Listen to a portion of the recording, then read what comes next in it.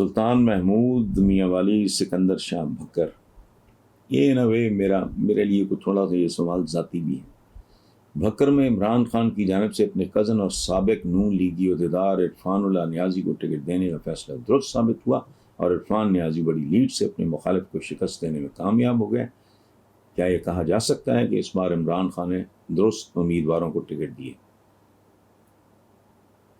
बहुत हद तक ये कहा जा सकता है, बिल्कुल, चूंकि वो बहुत फास्ट लर्नर है, बहुत तेजी से सीखता है। उसका फील्ड नहीं था, उसकी फैमिली में कोई लंबा चौड़ा खाता नहीं। इरफान वगैरह ये बड़े बाइज्जत, बहुत बावकार, पसंद किए जाने वाले। इनके भाई, उनकी डेथ हो गई, नजीबुल्लाह, ये हफीजुल्लाह नियाज़ी के सगे भाई हैं।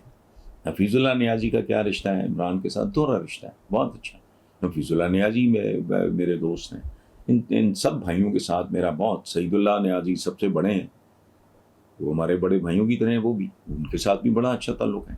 सो इरफानुल्लाह वाला फैसला तो मेरा इमीडिएट रिएक्शन था कि बहुत अच्छा फैसला किया।